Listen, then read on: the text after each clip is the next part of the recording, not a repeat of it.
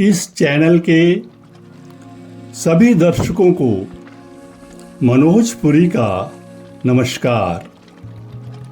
आज मैं आपको योग आसन आरंभ करने से पूर्व कौन कौन सी तैयारी करनी चाहिए के विषय में जानकारी प्रदान करूंगा।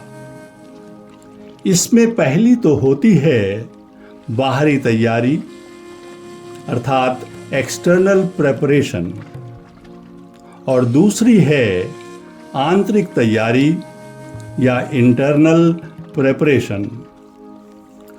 बाहरी तैयारी में पहली होती है स्थान का चुनाव अर्थात कहाँ पर योग आसन किए जाएं। इसके लिए ऐसा स्थान होना चाहिए जहाँ शुद्ध वायु मिले एवं वो स्थान ध्वनि प्रदूषण से भी मुक्त हो। शुद्ध वायु से मेरा तात्पर्य है कि जहाँ की वायु प्रदूषित ना हो, वो स्थान किचन के नज़दीक ना हो या फिर जिस समय आप आसन करें किचन में भोजन बनने का काम न चल रहा हो। घर के मंदिर में अगरबत्ती या धूप बत्ती का प्रयोग कतई ना करें क्योंकि ये स्वास्थ्य के लिए अत्यधिक हानिकारक होती है। एक्सटर्नल तैयारी में दूसरा आता है कपड़ों का चयन। आसन करते समय आप ऐसे कपड़े धारण करें जो ढीले व खुले हों अर्थात न तो कमर पर अधिक टाइट हों और न ही ऊपर के हिस्से में कसे हुए, बल्कि प्रयास तो ये करें कि आप कॉटन के कपड़े धारण करें। गर्मी के दिनों में पंखे के नीचे अगर आसन कर रहे हैं तो पंखा धीमी गति पर ही चलाकर रखें और अगर एसी कमरे में करें तो कमरे को 25 डिग्री सेंटीग्रेड से अधिक ठंडा ना करें।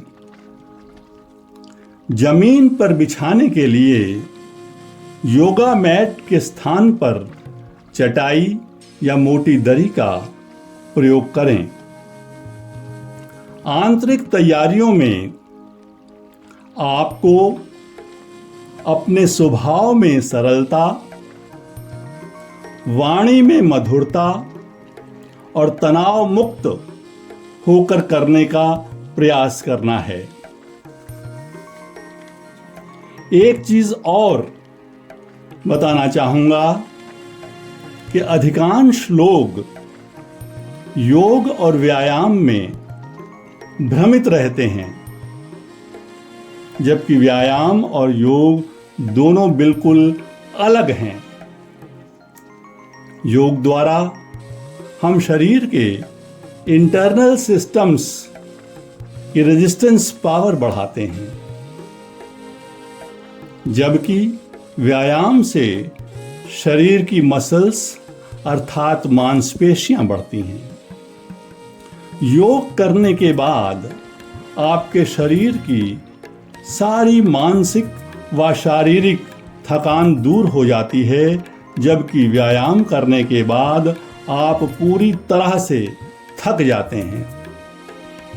योग करने के बाद आपको पसीना नहीं आता, जबकि व्यायाम के बाद आप पसीने पसीने हो जाते हैं।